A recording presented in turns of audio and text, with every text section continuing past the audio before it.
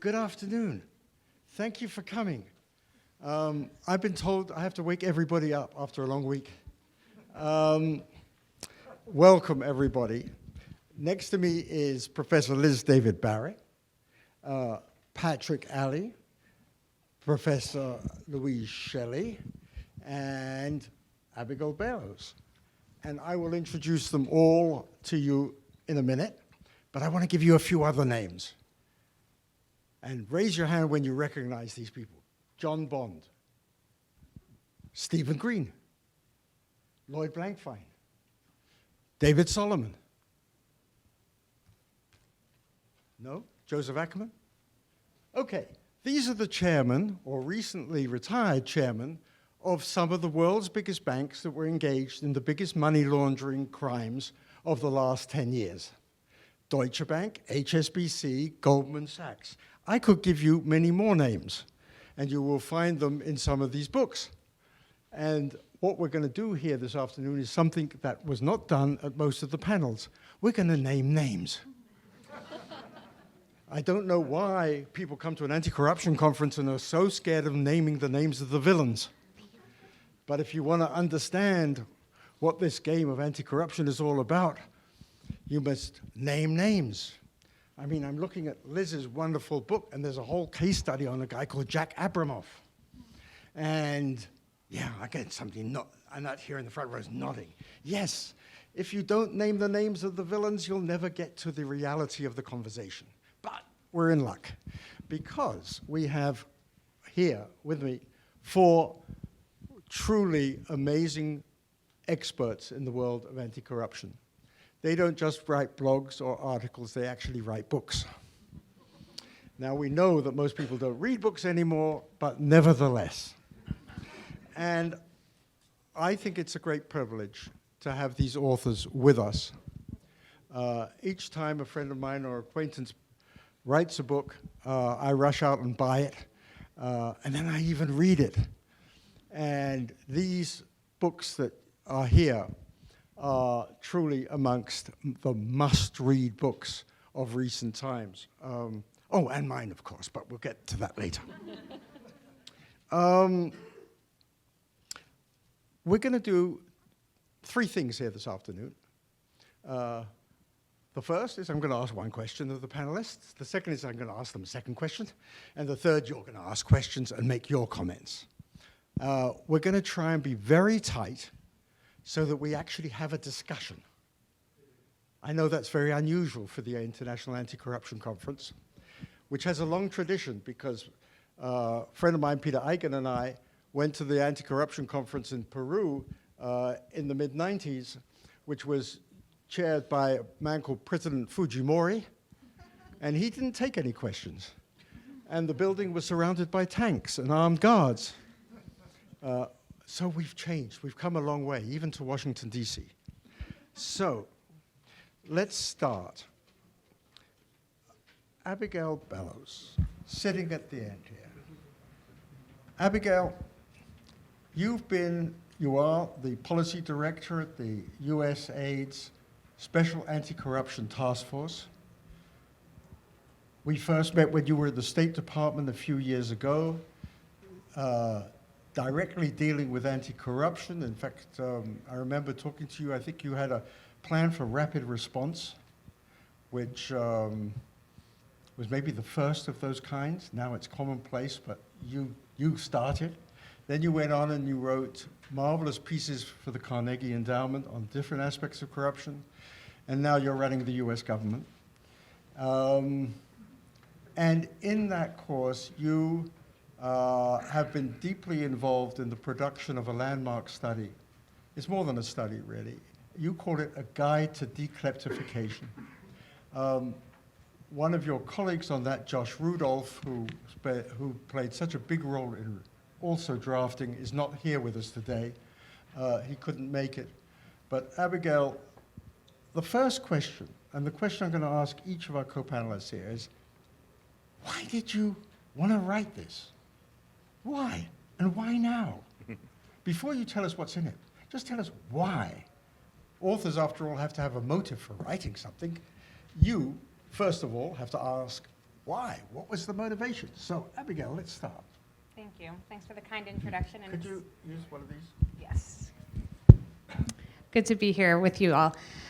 So in our work at USAID, we have been focused a lot on the issue of kleptocracy, which may come as a surprise, actually, for a development agency. It's not obvious. Often development agencies are focused on administrative corruption at the point of service delivery. But what we have found is that so often the corruption at the health clinic or at school or in other aspects of development is vertically integrated, as I think Sarah Chayes coined that term. It's connected all the way up the food chain and maybe perpetuated by systems of grand corruption and maybe part of this broader state capture phenomenon.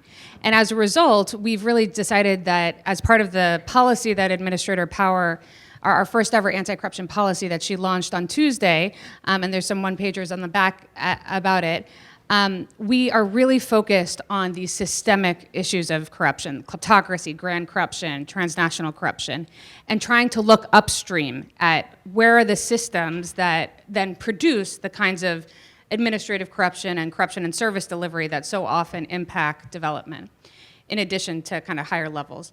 And so because we care about kleptocracy, we have to care about how to uproot kleptocracy. And to do so in an intense, concentrated way is what we call dekleptification. And that term, which, as you referenced, my colleague Josh Rudolph helped draft this guide with my team, it really captures the idea that you often have a very concentrated window of opportunity for doing this dekleptification work. And you say, why now? Why did we kind of think to draft this now? And it's partially because the scope for dekleptification, for uprooting entrenched kleptocracy, has become harder and harder and harder over time, given the role of strategic corruption. The fact that corruption so often now is not just a domestically contained dynamic, it's being weaponized by foreign powers to advance their foreign policy interests. And that makes it even harder for the best of reformers to free themselves from the clutches of kleptocracy. So they even more need that playbook ready to go, sharp, consolidated lessons from around the world. And that's what we did in this guide. We looked at 14 case studies of attempts at dekleptification from different settings, some more successful than others, and tried to consolidate that how-to manual so that reformers who face these historic openings can really hit the ground running, and that USAID staff, who are the primary audience, or the at least initial audience for this, are ready to support and respond and have the backs of those reformers. So I'll leave it there and can share more later. No, that's a great start. Thank you very much, Abigail. Let me turn to Louise SHELLEY.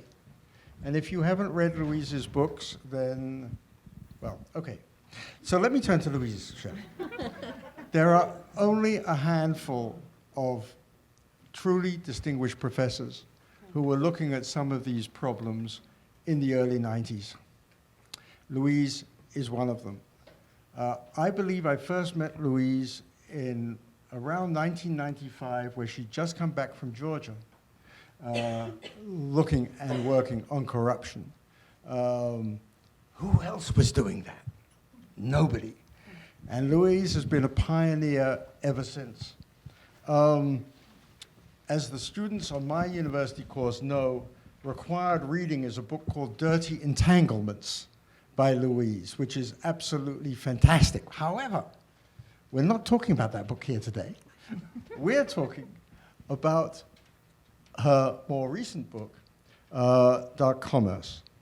And I just want to say, if any of you had any misunderstanding about corruption, meaning you didn't really realize the roles of organized crime in corruption, and the roles of terrorist financing, and the roles of deep networks engaged in the business that we are all so concerned about, then you haven't read this brilliant book. So Louise, why now? Why did you write it?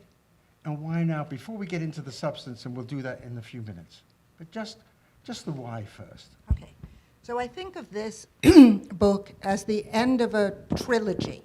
So the first one is much more specific. It's called Human Trafficking, A Global Perspective. And in it I make the case that as kleptocrats rip off countries and you don't invest in education and you deprive citizens of the chance for economic opportunities, and especially women who suffer more, that is one of the reasons that human trafficking flourishes. And so very early on, I was linking this very specific issue, an example, to the problem of corruption. Then came Dirty Entanglements, which Frank just mentioned, in which I'm looking at the relationship of corruption, crime, and terrorism. And you might ask, where does the concept of entanglements come from? And the idea comes from the concept of entanglements in physics, and that once you have an interaction and the particles interact, they disperse, and the consequences of this can be very far from the point of origin. So, let's talk about the 1MDB case, and you start off in the forests of Borneo that gets put up to the government of Malaysia, and you wind up with funds in the United States. But as I was working through Dirty Entanglements, I was finding how central illicit trade was to this issue, how the corruption that facilitated illicit trade back for millennia, but it's accelerated, was leading to enormous problems. And why I say this book is how a new illicit economy is threatening our future focuses in particular on two new areas in which there has been an enormous growth in illicit trade. One is in the cyber environment, which, as I suggest, is very much linked to the problem of kleptocracy. And you may say, well, how does that happen? But I'm an old Russia hand. I mean, I was a Soviet hand, which means I was in Georgia, I was in Ukraine, I was in Russia. And some of the largest cases of cyber activity came out of this part of the world because the kleptocrats were stealing all the resources and they were not setting up the high-tech companies that would allow for this brilliant tech talent to be legitimately employed. And so there's a relationship between the corruption and the cybercrime.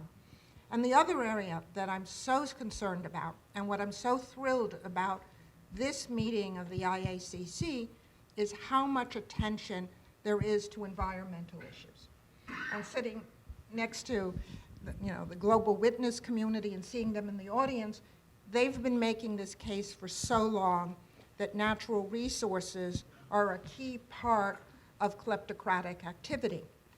But I'm a specialist on organized crime. And so what was I thinking about as I approach it, which is a little bit differently, is that organized crime is always in time-sensitive areas, like ports. Why are they in ports? Because if you don't unload the bananas fast enough, they're going to rot and smell. Or if you don't move the garbage, they're in the garbage business, it'll smell, they can extort you for money. But we are now in an ecological environmental crisis, and therefore we're in a time-sensitive planet. And that's what is leading, I think, to a lot of the corruption that's linked to the environment. And I am thrilled to see that a few years ago, before I wrote this book, and I met John Seller, who was the CITES, or the policeman for CITES, who read this book and helped me enormously. We had 20 people in the room. Now there are numerous sessions on environmental crime, and they're packed with people. So there's a sea change in something that was once started by the NGO community that I've dealt with from an academic perspective, and now is something where we're realizing how corruption is so key to the environment. Thank you. Louise, thanks. We'll get back to some of the meat and potatoes and the stuff and the rotting bananas in the book shortly, but it's a great pleasure to welcome Patrick. Great. Patrick Alley is one of the founders of Global Witness. And if he ever thought of straying off course, then another founder is here in Simon Taylor. And I have to be extremely polite to Simon because he wrote a marvelous endorsement for my book at the back of the book. So, of course, I'm conflicted. Welcome, Patrick.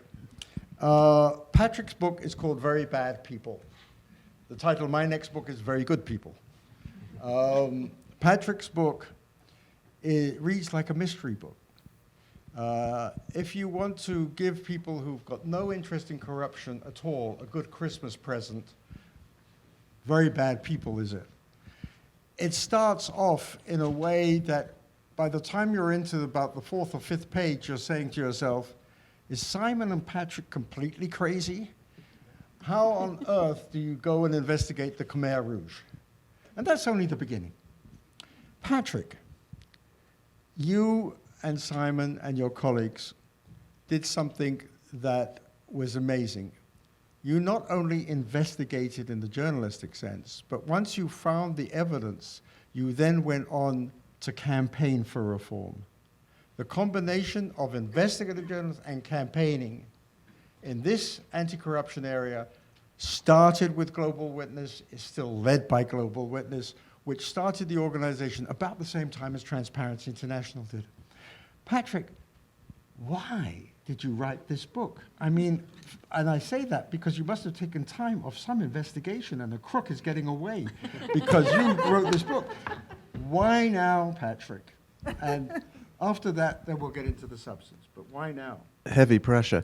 Why now? Well, when Simon, Charmian and I set up Global Witness, we were not academics. We were very, very immature. And have happily remained so ever since. And we were interested in what was going on in Cambodia. I won't go into all the details, but Cambodia was big news in the early 1990s, Khmer Rouge trading rainforest timber with Thailand. And we asked ourselves a question, is that an environmental issue or is it a human rights issue? And we thought, well, of course, it's both. But no organization then worked on that nexus. So we created Global Witness to do it. To be totally frank, we had not considered corruption at all. I don't know if we knew how to spell it, But it was very soon into our first investigations that we came across corruption. And ever since, of course, it underlies virtually all of the world's major problems. We were also very angry. We wanted to get bad guys. We didn't want to write, screeds of stuff on it in some report or whatever. We wanted to get bad guys. And so we did short reports, punchy reports, and frighteningly libelous in the early days. We could have ended much earlier. And we've been doing that ever since. And then it occurred to us over the years that you talked about it like kind of a thriller, or I can't your words, Frank, but it did occur to me that actually we were looking at things that read like Le Carré, that he would talk about. And in fact, in some cases, I think he did borrow stuff from us. And I thought, why not put that down? That would be a really good thing to do. And the thing I really wanted to show, as we realized over the years, and as everyone in this room will know, is that the enablers, this parallel universe that most people who are not in our world don't know about. That the nice guy at the golf club, his day job is setting up anonymous companies to rip off a country or something like that. And I wanted to show how there's this kind of little membrane between our society, what we think of as the world, and it's a kind of invisible membrane. And if you see a little anomaly in it, you can poke your way through and get to the other side. And then you're in this shadow world where the very bad people exist. I wanted to show that, I think also people go, oh, God, that's terrible. What could we do about that? That's terrible. I wanted to show that actually, if you put your mind to it, you can do something. I'm not saying everyone should go set up Global Witness, but you can do something. We had nothing going for us. We had no money, no experience, no common sense. Which is my favorite phrase, never underestimate the power of naivety. Why now? I just want to get it done before I die. We have many more books to come, I hope. Professor Liz David-Barrett is probably known to all of you. She is director of a group of anti-corruption academics, probably a unique group. I can't think of another university that has anything like that. at Sussex University. And Les David-Barrett seems to be everywhere on every topic. Whenever I open my Twitter feed, there it's on measurement, or there it's on state capture, or whatever. And with a level of authority that is incredibly rare. Together with a number of colleagues, including Robert Barrington, who some of you may know because Robert Barrington was the head of TI UK for a number of years and on the board of Transparency International, together with Professor Robert Barrington. It's very funny, when people call me professor at Georgetown University, I always have to look behind me as to who they're talking about. Activists shouldn't be professors. But anyhow, together with Professor Robert Barrington and a number of colleagues who I believe are in the room, they produced this new book, Understanding Corruption, which I look at as a sort of a case study version of a teaching guide for students and for anybody who wants to go beyond the big theoretical book and actually look at case studies, naming names, which attracts me and attracts everybody else. But why now? Thank you very much, Frank. So yeah, absolutely, this is very much a collective effort, this book. 4 editors, one of whom's in the room over here, Dan Huff, the founder of the Centre for the Study of Corruption. Georgia Garrod, also in the front row, one of the authors. And as Frank said, it's a set of case studies. So the reason we wanted to write it primarily was self-interest. We were teaching on 2 master's programs about corruption and governance. We were often referring to these big cases. And actually, it was difficult sometimes to find one place, one resource or reference that had all of the facts about those cases. Often they were cases that had developed over time, and so it wasn't necessarily one resource. So the primary reason was to have that kind of teaching resource.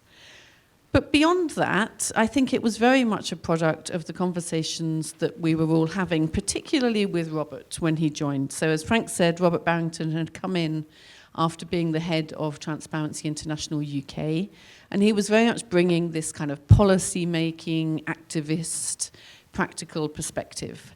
And he kept asking us these questions about, well, okay, what's the point of this theory that you keep talking about? And how would you apply this theory to this case? And so we came up with this systematic way of thinking about these big cases. And each of the cases in the book is organized according to the same structure. It goes through things like what happened, who benefited, how was it revealed, what was the response, what were the enabling conditions.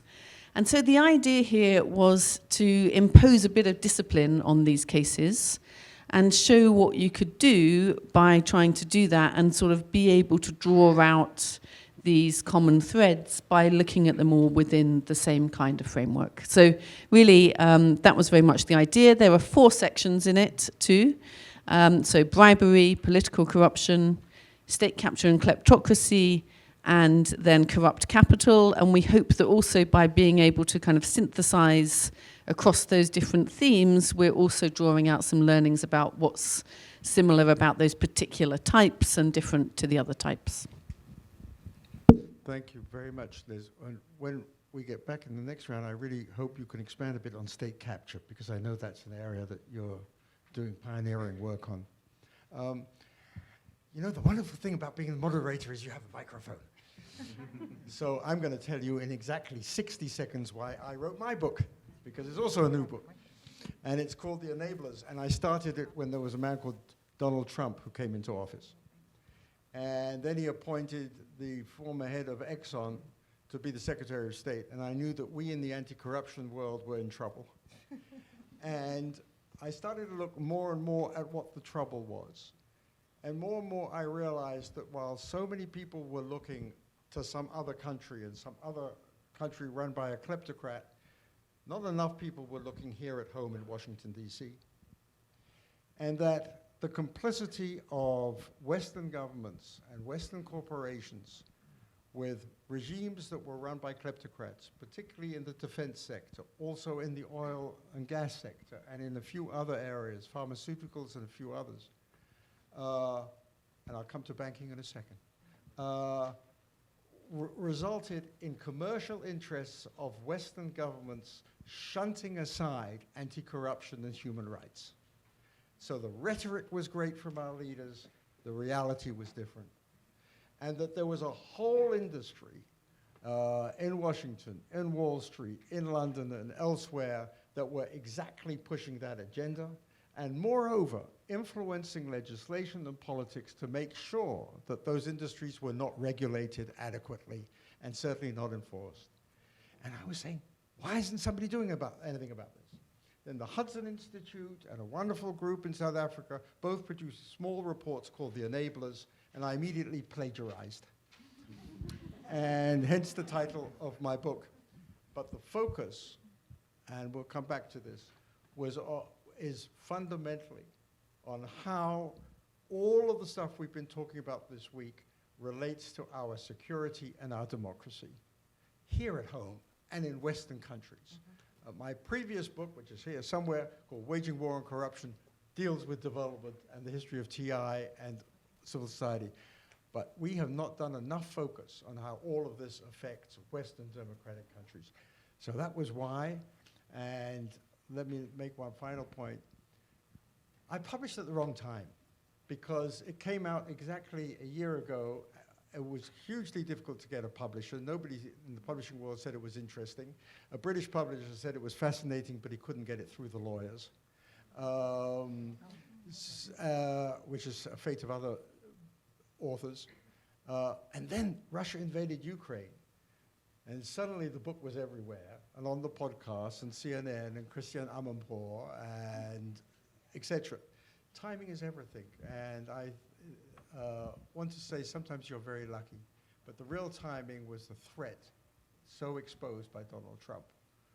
So on that, let me now turn to the panel, our panelists, and ask them to go deeper and tell you what are the, because we're at the end of this conference, what are the real takeaways from their work, from the guide to decleptification? What a horrible word. Nevertheless, Abigail is one that, because it's so horrible, we all remember it. What are the takeaways? Abigail, let's go this way. Abigail, Louise, Patrick, Liz, what are your big takeaways from your book and from your research and your, I think, forthcoming book? Is that right, Liz? Have you got one book coming on state capture? Yes. Yes, she said very hesitantly. Abigail, go ahead. Let's try and keep this to 5 minutes each, and then so we can open up and also interest everybody in the other authors in the room, because there are some. Okay. So decleptification, this terrible word that you'll all remember, it's uprooting entrenched kleptocracy. And one of the key findings from the research that we did is that this doesn't happen in an incremental fashion, typically. It happens during these big windows of opportunity. That's when you have elasticity in the social contract, when the governance norms are really thrown up in the air and there's an opportunity to have a generational change, not just chip away at it. So that was one takeaway, which is significant, especially for the development community that tends to take a very long-term perspective on issues of nutrition and other topics where you may be able to kind of chip away a bit more at the problem. On these issues, we have to be ready to surge and to react quite agile, with a great deal of agility, which is hard and not necessarily natural for big bureaucracies. So that's part of why we consolidated these lessons learned, because during these openings, we have to act smart, we have to act deliberately, and we have to act quickly. So what's the playbook? So what we find from the 14 case studies that we analyzed is that there are a couple key institutional reforms that can be real game changers in helping uproot kleptocracy. So first is radically transparent disclosure regimes. So public transparency, really just understanding who owns what in the economy, who owns what in government, having really strong asset disclosure requirements, all of those things that are quite bold. The second is accountability. So now that this information is out in the public, we all know transparency is not ends in itself. So what is the process for holding accountable those who are engaged in corruption, both in the past regime and in the present new reformist government, because one of the important lessons for these moments is that for accountability to have credibility, it can't just be about the bad old guys. Otherwise, it's seen as political, right? And so it needs to be impartial, and it needs to be able to be applied to the present day corruption and not just previous corruption. And the third prong of this stool is very inclusive economic growth, which wasn't obvious actually at first. We published the draft of this and we got a bunch of feedback from Frank, from others in the community saying, you're missing the economy. You have to talk about de-oligarchization. That's another hard one. But one that we're learning a lot about from the way that Ukrainian colleagues are thinking about the future of their country. How do we make sure that when we build back better? And for us, it's really about creating those better alternatives to a corrupted economy, an economy that's been captured and that it's trying to become more competitive, have to free the levers of economic power. But it's also about helping an economy deliver for citizens. Because so often during these windows, you can't just do judicial reform. You also have to help people get more bread on the table. You have to help people get jobs. And so these new reformist governments really face a lot of economic pressure, and it's linked to the anti-corruption agenda. And sometimes we disaggregate those conversations too much. So those are three of the kind of key institutional components that we found as particularly critical. And as international practitioners, given this is oriented to USAID staff and partners, we also have a real emphasis in the guide on support to civil society before, during, and after these windows of opportunity open, given the instrumental and essential role that they play, and the need to do really sharp political analysis on an iterative basis so that we can be informed about who the corrupt actors are, how they're operating, who are the spoilers that we need to think about, not just how to leverage our programming, but also other instruments of American power, thinking about sanctions, thinking about other kinds of tools, diplomacy, the full suite of components. And I'll just end on two thoughts in reflecting on the guide writ large. One is that it's very important to get it right the first time, if possible. And that was part of what motivated us. We've all seen these instances in which people take to the streets. Maybe they overthrow a government and install very hopeful reformers. And then the reformers crush their hopes, right? They either become co-opted so quickly, or they just sort of peter out, or they're violently taken over, depending on the context. And it's so much harder to get people to engage the next time, right? Because now that it's like, well, we tried that. So it's really important, when possible, to try to get it right the first time, so that when you have these historic openings, that it can really actually produce results for people.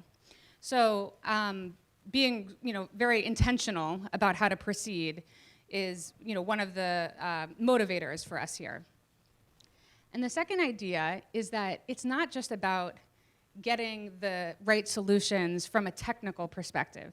It's also figuring out how to operationalize these institutional reforms in the real world. And what that means in practice is thinking about things like pacing the rate of change, strategic communications, how this links with the conditionality that might be imposed by external actors when a reformer doesn't have the kind of political juice to get something really hard done. Maybe the IMF can make them do it, and use that outside pressure to their advantage. There's all of the ways that spoilers can be kept at bay, and reform coalitions built up through quick wins. So thinking about the political strategy required for executing on technically smart reforms is, I think, the art of this, and the reason that it's not just about having the right solutions on paper, but also figuring out in a dynamic way how to support reformers in getting it done. Thanks, Abigail. Louise. when I think about what are the key takeaways a few years after I wrote this book, as I mentioned, environment is one of them, but health issues is important, and as Frank said, national security. But while Frank is focusing on enablers from the legitimate economy, such as banks or lawyers or real estate agents, I was focusing a lot on the enormous role of legitimate actors who are in the tech world and how crucial their activities or absence of activities have been to the rise of this illicit trade, which is so harmful to human health, to the environment, because products are sold on them. And while this book is entirely qualitative, in the last few years since I've written it, I've gone out to literally test some of the ideas and the hypotheses that I presented. So one of the first pieces that I did of research with some members of my team at TRAC was, in this book I talked about the fentanyl trade, and was this the revenge of the opium wars? Because all of this has to be understood in its historical context. Just like we're looking at Russia and Ukraine today, and you have to go back to Kiev and Rus and the Russians had, you have to go back a lot in understanding a lot of what we're looking at today. And so in this study of fentanyl, which we began to look at from online platforms and trace the ownership data and follow through on the trade data, we were finding that most of the production of fentanyl, that most of these websites that we were viewing were not separate websites. They were dispersed websites of one major company that has since been sanctioned, and that the fentanyl was being produced in a Chinese factory that was receiving state subsidies for innovation in its production. So, you know, this is, and then the next study we went on, as you can see, we're wearing masks, and I understand that we've been very successful in controlling COVID at this conference because we have better quality masks now. But we went off to look at the large-scale data analysis under an NSF project and trace the supply chains for this illicit counterfeit masks. And you're saying, well, what does this have to do with counterfeits?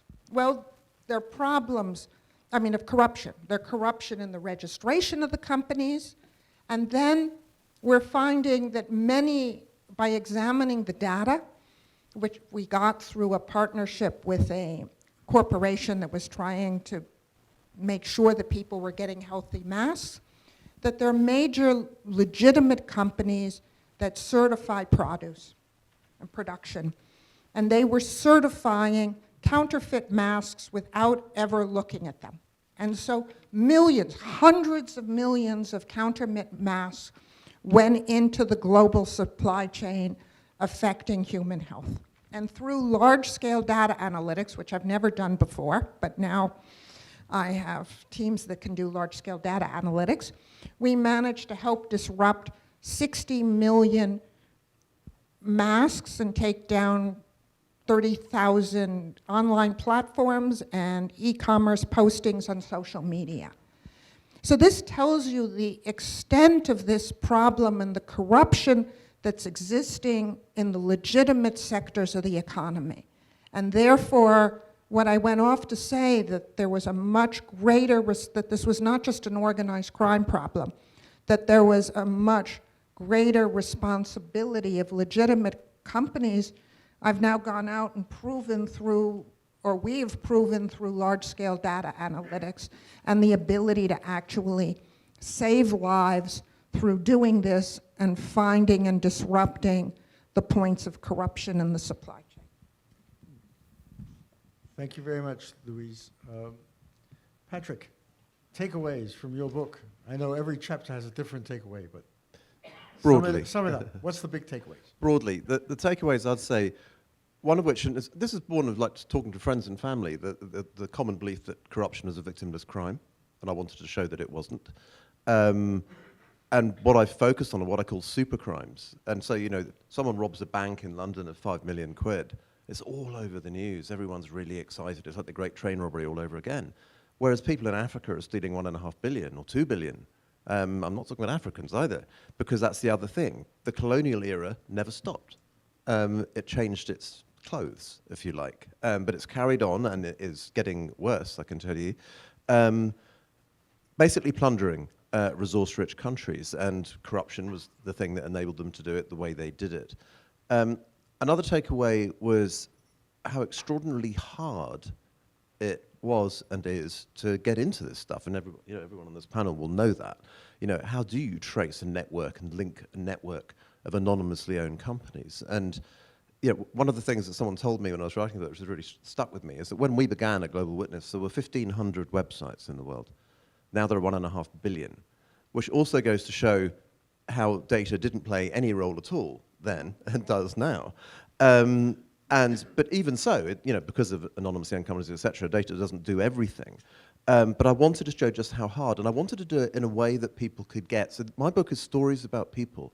It's about the people, who worked for Global Witness, who did the investigations and what they came across. The clever things they did, the stupid things they did, and the simply embarrassing things they did. One example, without making too much of a spoiler, is this, this guy, Tom Main, who's in the book. He's trying to track the ownership of a particular house. He thinks it belongs to a particular oligarch, and he's sort of going through all these companies and getting to the end. And so he thinks he's right. The house is owned by an anonymous company, but there are connections to the things he's looked at. So what's he do? He goes off, puts a piece of blank paper in an envelope, couriers it to the house, comes back, signed Bakiev. Simple as that. The guy signed for it, and we have his name, we know he's there. I think a really important thing is that corruption is a globalized industry. We know that here. But people too often think corruption is something that happens over there in some hot, dusty country. And even on a panel this morning, and this is someone who absolutely knows the stuff. It was just the terminology, like, okay, so that's a kleptocratic regime, and the role of Western companies is. And for me, there is no separation. This is a kleptocratic system. It's not just the role of those companies. The companies are part of it, inextricably linked. The banks, the enablers. So we're part of this, this network. I wanted to bring out the issues of impunity and equality. Even if you get the bad guys, how often do they actually go to jail? Still, very, very rarely. Glencore was fined £1.5 billion a few weeks ago. Glencore didn't commit corruption. Somebody in it did. They should be in jail, and then you'll start knocking this stuff down. And the things that because a lot of this is written from anger, the thing that really annoys me is these people are the pillars of society. They belong to the top London clubs or Washington clubs or whatever. Their kids go to the best schools. They sponsor universities, and we've got lots of students, quite rightly, out there demonstrating at universities about the slavery in its past, whatever.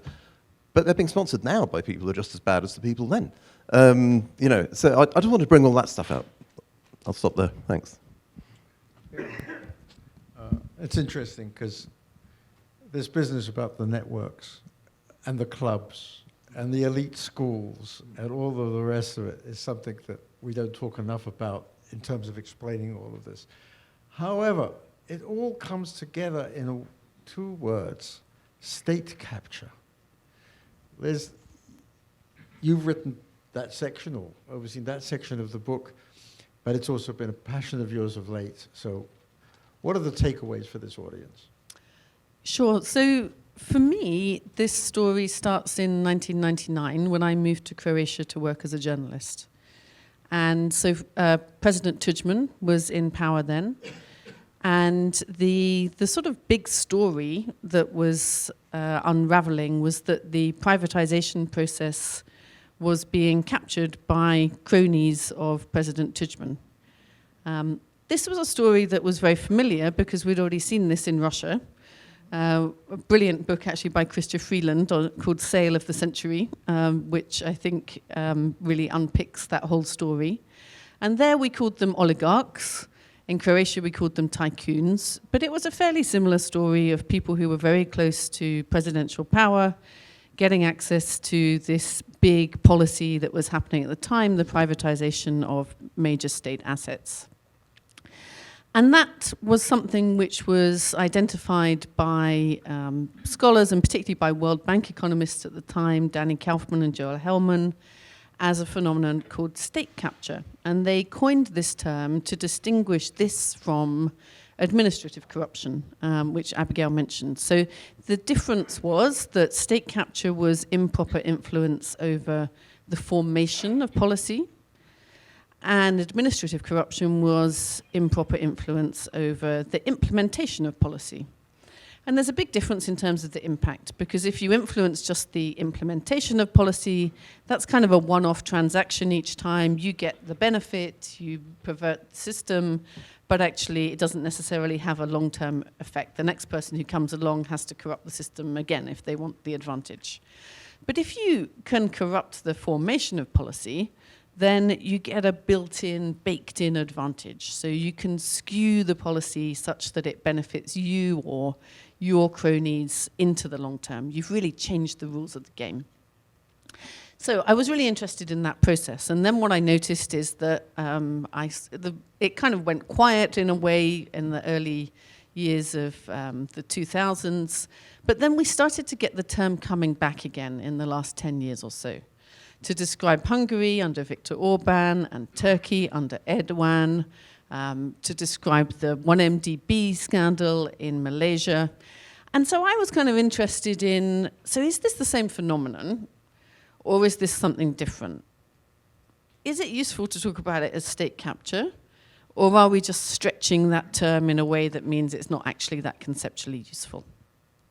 And so what I think comes out nicely by looking at the 5 case studies in the book. So we've got, of course, South Africa, where the Zondo Commission has very much framed what's happened under Zuma and with the Guptas as state capture. So we've got that case study. We've got Turkey under Erdogan, Angola, Malaysia, and we've also got FIFA as an example of organizational state capture. And in all of those, I think what you can see is that you've got this improper influence over the formation of policy, but actually this new kind of state capture extends into other spheres. And so it extends into controlling the implementation sphere, not in that kind of one-off having to go and influence each transaction, but by appointing people into those implementation roles so that you can effectively control the implementation from the top. And then, of course, if you really want to capture the state, the problem is that sometimes people come and question what you're doing and try and hold you to account. So in modern state capture, you really need to disable those institutions as well. So the third pillar is around disabling those accountability institutions. So what we do in the book is we talk about these 3 pillars, that modern state capture has these 3 pillars, and we talk about how these cases illustrate these 3 pillars of capture. But there's a couple of other things that we do. One is to highlight the role of enablers, actually, in state capture. And in all of these cases, you can see that there are also these other third parties who are really facilitating this, who are often outside the organization or the country, but really making sure that this happens.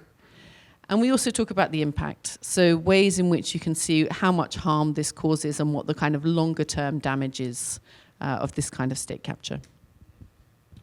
Thank you, Liz. I just want to leave you with a few takeaways that I concluded when I wrote my book. First of all, I should confess I'm very old and so probably out of date. And when I listen to all of this, I realize that's even more the case. But one of my takeaways started with an interview I did 1975 with a man called Dan Houghton, who at the time was the chairman of Lockheed, who had been highlighted at the Congressional Committee and the Senate Investigations Committee under Senator Church for having bribed the Prime Minister of Japan to sell aircraft. And when I went to see Dan Houghton in Burbank, I was a journalist at the time, and asked him about it, he said, well, there's nothing wrong with that. Everybody does it. How else can you do international business? And suddenly I realized maybe there's something in this corruption stuff. And when I was writing this book, it occurred to me time and time again how often it is that so many people are so reverential of people in important positions. This respect for the CEO, or the chairman of the board, or the president of the World Bank, or whoever, whatever other muckety-muck. And we put their names, like Lord Brown in London. I've told you, I named names. on the boards of directors of major companies in the UK that are totally owned by Russian oligarchs as fronts. There is one company, for example, that was really owned and run by the Alpha Group of Russia, Mikhail Friedman, for example. And their British company is chaired by the former chairman of Wimbledon Tennis Club, a man who obviously knows all about international business. These kind of front people, these names, get far too much reverence. And so please, when you're reading my book, and you read about Gerhard Schröder, and you read about various other people, Prodi, you remember Prodi, the president of the European Commission, the Italian foreign prime minister, who was on the payroll of Yanukovych. Paul Manafort was paying Prodi and others. Why? Because it's a big name. So my first takeaway to you is, tell everybody you know, the students especially, stop all this reverence of people who are called peers of the realm, and Lord this and Lord that, and who are CEOs and chairmen. They can be crooks as well. And so often, too many of them are enablers. The second point I want to make is that the systemic issues of corruption, where you get the official arms sales, the official energy deals, and all the rest of it, almost always involve agents. And again, we go back to history because it's so important. In the 1940s and 50s, outside of royal families, widely viewed as the richest man in the world was this tiny man from Armenia called Kalus Gulbenkian. You can read about him in my book. It was Mr. 5%. There wasn't a single oil deal in the Middle East that didn't go through his hands. One day he was representing France, and the next day he was representing Shell, and then it was Esso, as it was called, and so on and so forth. And every time he got 5%. And he was the middleman, and he bribed. Of course he bribed. That's the way the deals were done. Every time you look at these big deals, not just the illicit deals, but the licit deals, look at the agents. Ask if there's transparency there. In the arms deals, look at the offset agreements, which are so opaque. So that's the second takeaway. We really have to look behind the deals, even the licit deals, when dealing with kleptocratic regimes. My third point, I could go on. I got so many takeaways. However, I'm not going to. I'm not going to. I just want to make two other small points. We are living right now in a world where up to 30 countries are in serious debt distress.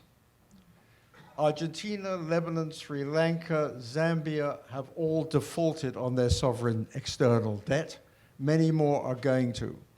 And you have to ask, because nobody at this conference has asked, because there was no panel on finance, believe it or not, and we're talking about corruption, you have to ask, where did the money go? How come, in a world of massive liquidity, these countries cannot service their debts?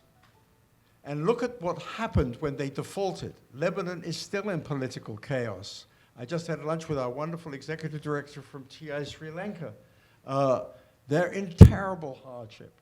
Argentina owes $44 billion to the IMF, and if any of you believe that they're ever going to be able to repay it, then I'll sell you a bridge. I call it in my book, I call it klepto debt. We've got to put economics and finance into our thinking and look at the global financial system and understand that sovereign external debt is a major source of corruption today, And when countries cannot service those debts, what do? They sign opaque deals with the Chinese, who are now the largest official creditor. So look at klepto debt, please. My final point. I have lots of suggestions in this book about enforcement, about finally creating a new law to put the top executives of corporations that are repeatedly paying bribes and organizing money laundering in jail. I think we can do that if there is the will. But this is an issue for another time, maybe. We really have to do something about money in politics. Ultimately, the systems in our Western countries flourish, these corrupt systems, because there's so much dark money in politics, but also very visible money in politics.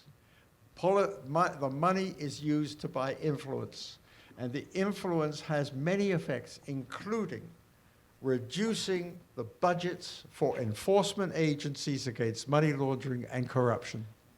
In the UK, they don't even have the budget to pay for enough lawyers to take on the oligarchs' lawyers in the city, so they are very selective in their cases, and so on across the board.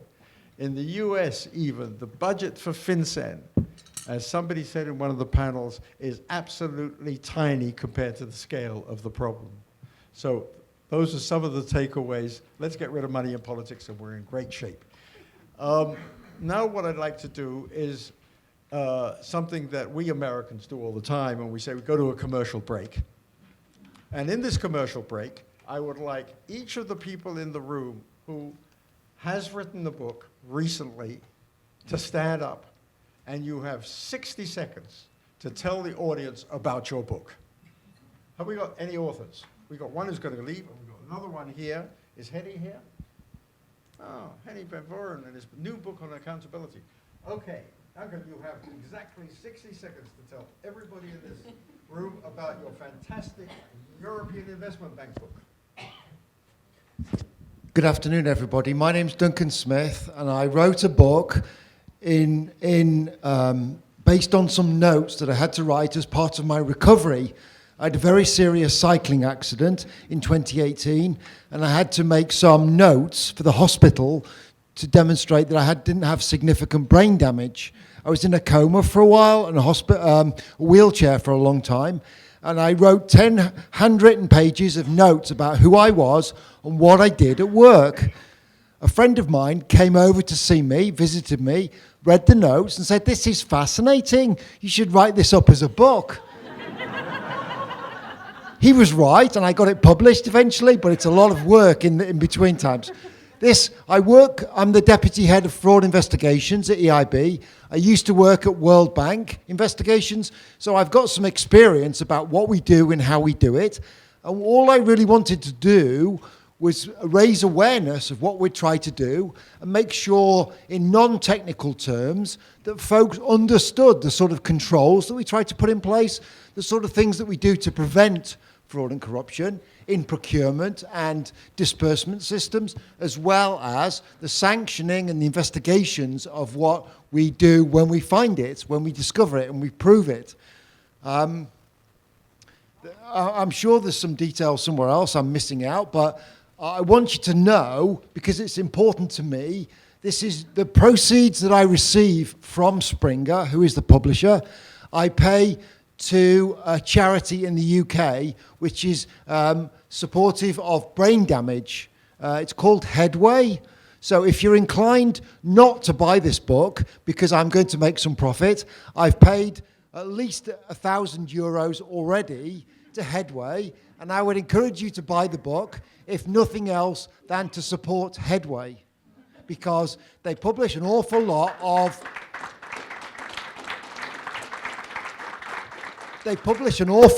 of information about brain damage, and that was the only source of information my wife had when I was in a coma. She needed to work out what the chances of me being paraplegic or brain damaged or physically or mentally disabled, And the only place she found that was on their website. So I recommend Headway as a brain damage charity, but I also recommend my book. Wait a second. So, the wonderful thing that the wonderful Duncan Smith did not mention was the title.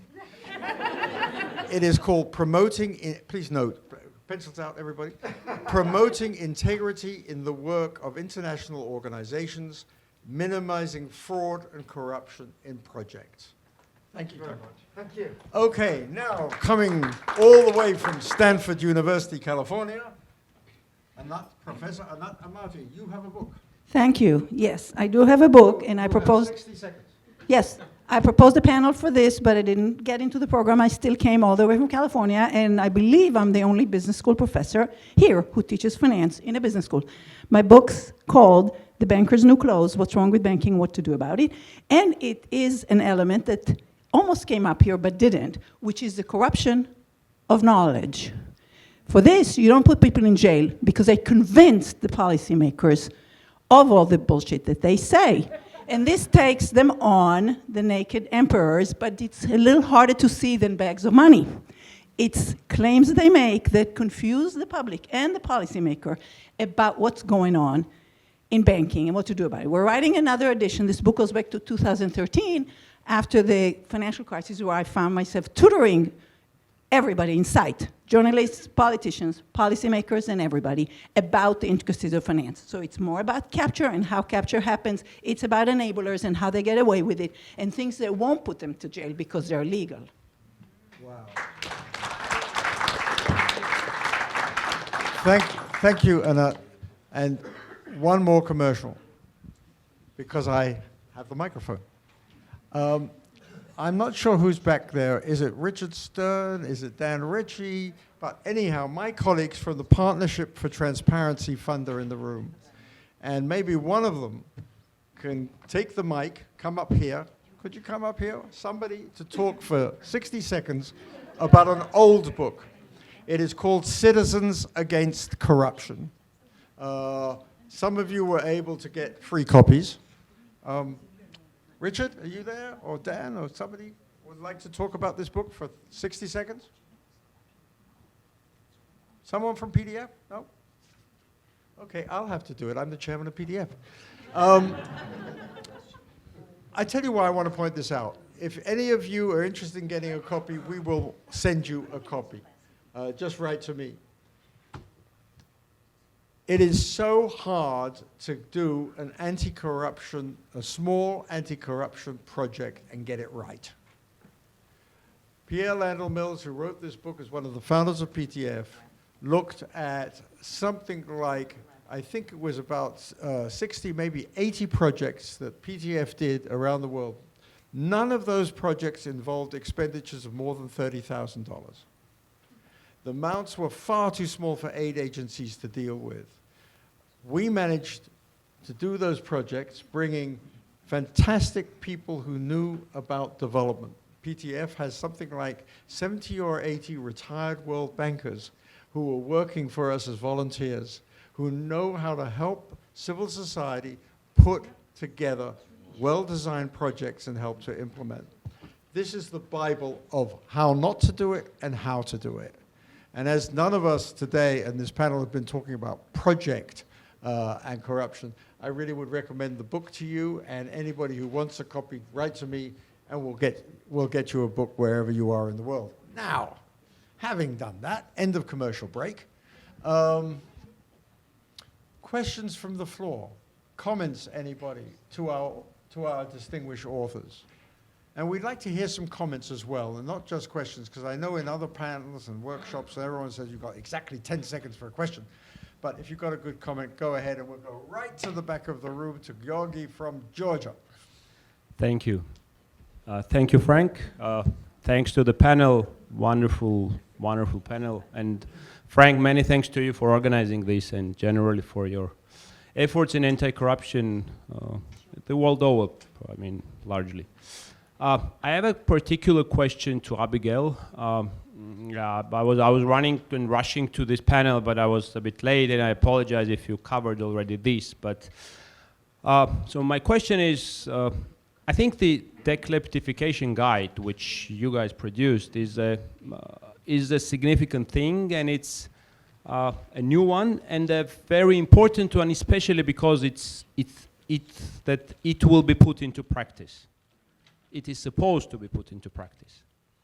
And it has all those recipes which countries like, for instance, Georgia needs, because Georgia is, for those who don't know, we used to be known for as an anti-corruption champion.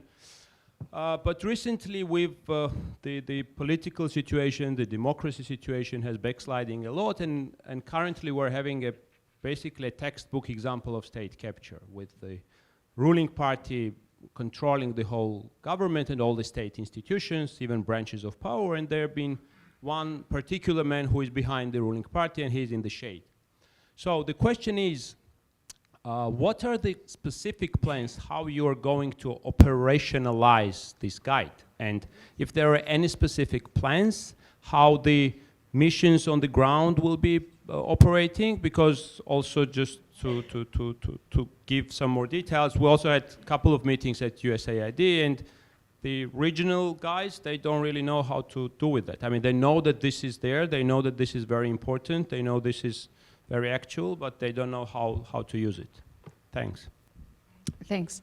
So in terms of what this is going to mean for USAID in practice, one component is I mentioned at the beginning that Administrator Power launched the first ever USAID anti-corruption policy on Tuesday in her speech here. And it was really a landmark occasion for us because we've never had that kind of unifying framework. And what that means to kind of decode the bureaucracy of policy, it means that it's kind of built into the architecture of USAID as a priority for the first time in that elevated way. So, and what's significant is that it's not just about doing it in the democracy space. It's really about trying to take a whole of agency approach, a cross-sectoral approach. We've been talking a lot here about corruption and climate. We're trying to kind of bring that lens, also corruption and health, all these things. So it's quite significant and quite ambitious for us because it means that we're attempting to internalize anti-corruption across these different sectors. So in places where there isn't really dedicated resources for this work, hopefully it will still show up and be reflected in what we do because it is being addressed through our work on climate, on humanitarian assistance, whatever the issue is. So that's one component. Another is that we're really attempting to focus, as I said earlier, on the most fundamental and most pernicious aspects of corruption and not get distracted by the most visible aspects of corruption. Because we all know that sometimes those the symptoms of corruption can appear to be so urgent and so immediate and so pressing and are quite important, but often are just the most visible aspects. So we're trying to kind of get people to think upstream and focus on kleptocracy and state capture and all of these components. In these dekleptification moments, when there is that window of opportunity, we're trying to become more agile. We're trying our best, and it's a lift, I have to tell you, that when these windows open, we can rapidly mobilize and surge. And the reason it's so tricky for us is that in the US government, most assistance is pre-allocated to country accounts years in advance. So Congress decides where the money is going to go, and then it's assigned to those countries. And so there's very little flexibility for being politically adaptive and responsive. But we know that being politically adaptive from the literature is so essential. So we're attempting, we launched this new anti-corruption response fund at USAID that is going to try to insulate a bit more flexibility for those kind of rapid response moments. And we're also trying to, this is the last thing I'll say, is to act in concert with others more. So we've all seen these moments where nobody's paying attention to a particular country, and then all of a sudden there's too many cooks in the kitchen. All the donors are clamoring how they can be supportive, and it's all well-intentioned, but the effect on the ground is that a very, very small group of reformers is completely overwhelmed and distracted by running around to all of the donors and saying the same thing or trying to get them to talk to each other. And essentially, the donors aren't doing their homework on their own side. You know, they're not kind of syncing up. They're sort of looking to the local actors to do all of that coordination work for them. And so we're trying to take more responsibility of trying to sync up in a way that is not too cumbersome, but is realistic for these sort of environments, both across the donor community, but also with international financial institutions, because that's something we saw in the wake of the Maidan is so significant, the way that IMF and EU and the US were able to work together to push certain reforms was quite powerful. So we're attempting to internalize those lessons as well. Thank you. I'm going to go right across the back of the room to the lady at the back who's waving fervently. And Georgi, could you, and please introduce yourself. Yes. Good afternoon. My name is Layla Hashemi. I'm a postdoctoral research fellow at the Terrorism, Transnational Crime, and Corruption Center, also known as TRAC, which Louise founded on the panel. I also would like to take this moment to do a quick plug for our book that we co-edited. I don't know if co-edited volumes count, but we wrote a book called Antiquities Smuggling in the Real and Virtual World that came out with Privilege in January that looks at antiquities, art, cultural property, trafficking, looting, transnationally, and please read it, is my plug for that. My question to the panel, and thank you for all of your books and all of your work, is how can we best encourage cross-sector and transnational cooperation to combat corruption? And a sort of follow-up as we're sort of ending the conference tomorrow, it's been a long week, how can we sort of bring this issue back to those that aren't at a conference like this? Like, what would be the best way to sort of do that outreach? Thank you. Wow. Anybody want to take that on? How can we get this to other people, and also about sort of cooperation across different disciplines, really, to deal with corruption? Please have a go. Go ahead. So maybe particularly on the first transnational cooperation, actually. So in fact, I did some research earlier this year, which was funded by the UK government through the SOC ACE programme. And we looked at this question of transnational cooperation, because if you're looking at grand corruption, we all know that it's a transnational phenomenon, and if you want to counter it, you need a transnational kind of approach. But there's a bit of a puzzle there, because if you talk to people in law enforcement, they'll often say, actually, it's really difficult to do transnational cooperation. There's all sorts of problems around not trusting each other, not being able to share intelligence and evidence, different capacity of different agencies. So a really low capacity one finds it difficult to work with a high capacity one, legal challenges around mutual legal assistance, etc. So the sort of consensus is that that's really quite difficult. At the same time, we've got all these investigative journalists now who are cooperating across borders like mad. And ostensibly, they've got the same kinds of problems, yeah? How do they trust each other? How do they share information? Some have got a tiny little one-man operations, and some are really big operations. And yet they seem to be overcoming all of those problems.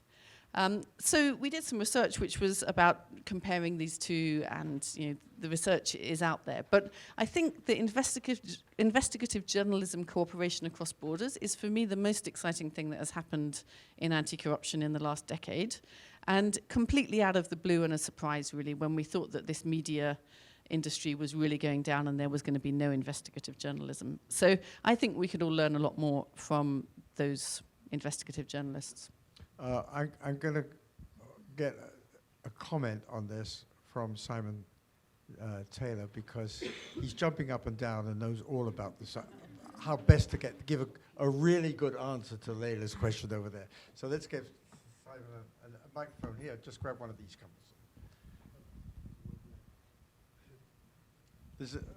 I can't talk about investigative journalism because I'm not sure it's on. Is it on? Is it on? Yeah. I can't speak about investigative journalism because I'm not one, but I suppose I'm an investigator. I would say to what you just said about investigative journalism, in the NGO community, we've always cooperated. I think sometimes better than others. But I had another thing I wanted to say. I had one comment, an observation, and another one which is, I suppose, a question. The first comment is, I remember quite a few years ago now, turning up in the European Parliament. We were advocating on a particular piece of law that they were working on at the time. And we went to an MEP's office, and out came this assistant and said, "Thank God you guys are here." We were two of us. And we thought something amazing had happened, or bad, or whatever. And she said, "Shell were here yesterday with 140 lobbyists." And they went round every single MEP's office. We then found out later that afternoon they'd spent 3 hours in one of the commissioner's offices. We tried to get in. When we eventually got in, we got 15 minutes. And the point I think I'm trying to make here is that if you don't have an NGO with enough intelligence, by intelligence I mean understanding what's going on, up to date, public interest policy gets fixed by the tidal wave of influence that is peddled by corporations. And that is a massive piece of the corruption problem. So I just want to put that out there as a problem. We need to deal with that. And I don't really have an answer other than exposing it. It's outrageous. So to my, since we're in the business of naming people, I just named Shell, but just as a flag tomorrow, if people are interested, we'll be talking about precisely why some of the top executives in Shell and also in Eni should be in jail. Thank you. Right. What time is Okay, it we've tomorrow? got a comment over there. What time is it? You're gonna do that? 2:30 till 4. Okay, we've got a pass the mic over there. Thank you. Thank you. Paul Hayward, University of Nottingham. It was really interesting listening to the panel, but I was thrown back to my early postgraduate days in the early 1980s, and amongst the things that we had to read in those days were books like Ralph Miliband's The State in Capitalist Society, Ralph, of course, father of David and Ed Miliband, or Charles Lindblom's Politics and Markets, or Stephen Lukes's Power, Three Dimensions of Power. And I think if you read any of those books and you took the central themes of those books, what's been said by many of you on the panel this afternoon would sound incredibly familiar to them, and particularly in relation to things like state capture, and the description of what state capture is what Lindblom was talking about in Politics and Markets. And there's absolutely no different. The words are different, and corruption didn't occur as a word in any of those books. But they were writing predominantly from a very strongly political perspective. Miliband in particular would have self-defined himself as a Marxist writer. Lindblom wouldn't, but was seen by others. But they were all questioning capitalism as being the root of what these problems are. It's inherent to the system that if you have capitalism formed in the way that it was, then these were the kinds of issues that you would get in terms of corporate power, access to policy, particular interests being pushed. I'm just wondering if the panel, because I suspect you wouldn't necessarily all self-define as being on kind of that wing, but I'd be interested to hear your views on whether you think there is something that is inherent in capitalism as opposed to other factors, or whether it is the corruption that stops capitalism working properly, and that Lindblom and others were actually wrong in their assessment because it wasn't about that. Well, let's Patrick, go ahead. Yeah, thank you. We've obviously 20, 30, 40 years too late, I can't count, after those books were written, have discovered the same thing. We call it predatory capitalism, so it's not necessarily so that all capitalism is bad, and I'm not an academic, I don't know how to sort of make those definitions. But what we've seen, especially as, the world is finite. Natural resources, which is what we focused on for most of our time, are finite for the most part. They're not making any more iron ore or gold or oil or whatever. And the scramble to get them is ever more vicious and corrupt and brings about war and everything we all know about. And it's getting worse. And I think it's getting worse, and I talk about this stuff, because the companies just want this stuff, and they will stop at nothing to get it. And even if they're kind of a blue-chip multinational or some fly-by-night cowboy, once they're in some remote part of the world, no one's watching. They've bribed the people who might be watching, the authorities, the politicians. The only people really watching are the people that live there, and they get killed as a result of it. And so I strongly agree with that, and that's that, this facile and overused point, perhaps, but I think it's really true, is that, unlimited growth in a finite world simply doesn't gel. That, it's not a question of if you hit the buffers, it's when you hit the buffers. And are we going to manage our way to that, or are we just going to go colliding into it like a train? So I think capitalism is a problem on this. The unstoppable force of exploitation by the rich of the weak, and the inequities that are growing out of that, and whether that's simply in terms of your wealth or the fact your country is becoming unlivable because of climate change, and where do you go? I mean, that's the crisis we're all at. I'm not telling you anything new, but yes, there's a long way of saying yes. If I could make just a quick comment, and then we're going to take one more question over here, and then we're going to be out of time. And we'll, of course, get Louise. Oh, Louise, you comment first, then I'll follow you. I think I don't think it's possible to say that it's part of an economic system. I mean, one of the problems that come from being an old specialist on communist societies is the centrality of one-party systems and how they corrupt. And we've seen that in Mexico, we've seen it in many other places in the world. And so I think it's the absence of shared power and monopolization of power that's also very key and needs to be looked at as part of this, a central part of this corruption equation. I just want to make one comment, and then we'll go to a very quick comment on your point. I spend a certain amount of time in my book talking about the focus on short-term profit maximization. What has really changed in a lot of industries, and particularly in the banking industry, over recent decades, is the increasing focus on bonus compensation tied to the share price. So yesterday, Exxon announced a $50 billion share buyback. At a time when people are paying record prices for gas at the petrol stations and gas stations, Exxon's decided to buy back $50 billion worth of its shares so that its top executives, amongst others, get giant bonuses. So long as short-term profit maximization, rather than long-term investment strategy and so on, becomes the absolute norm, you will see excessive risk-taking in corporations, willing to risk being caught in corruption crime. We're talking crime here, for the simple reason that at best the corporation pays a fine, and that's just the cost of doing business. So it is this distortion and perversion of the way in which business is meant to operate, I think, and Annette is waving her book, so please remember her book, that contributes to this. However, we have a question here or comment here, and then we're going to be out of time.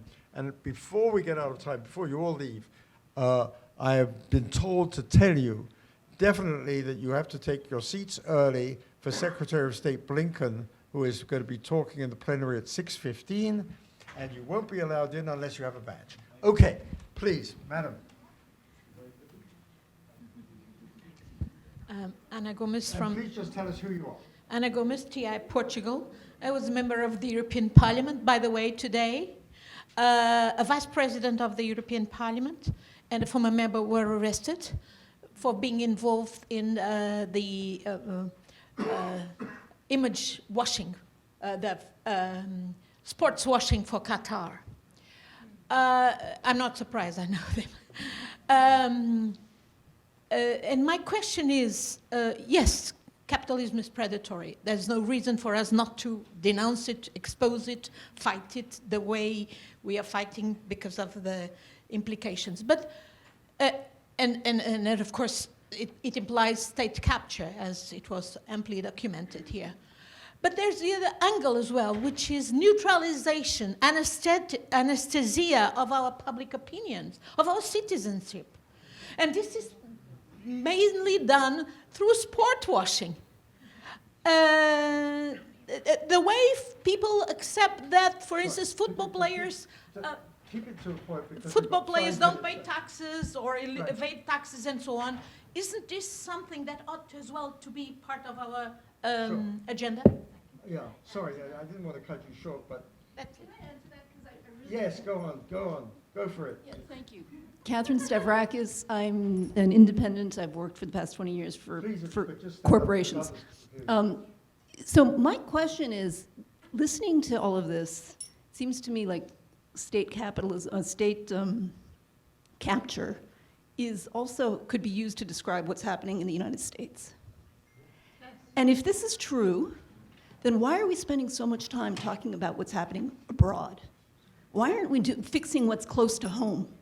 Because isn't that where it's going to be most effective? Yes. Definitely. The last 5 minutes, because we have to finish on time. I'd like each of my colleagues here to give just their final thought, because we've got a minute each. But please, we could go on, I know, for hours, which is great, and we could go on for even more hours if you all bought all these books and read them. But please. To Paul's question, I think that actually there was quite a lot of corruption under communism too. So I'm not particularly...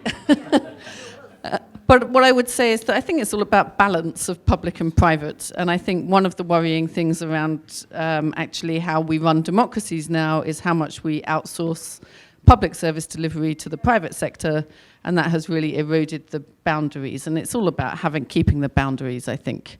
And I absolutely agree that we have this problem in the US and in the UK moving towards state capture. We have some resilience and fight back as well. So it's not as bad, not such severe cases, but I don't think by any means that the US and the UK are immune.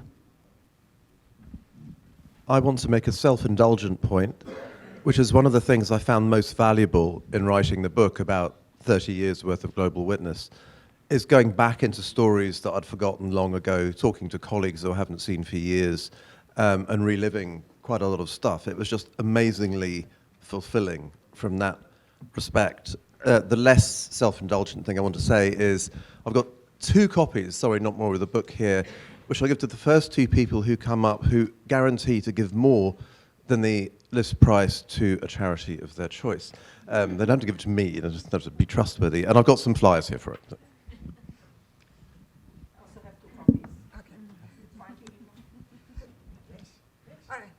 I think as I look at this, there's many more areas. This is just an interim step of looking at new areas.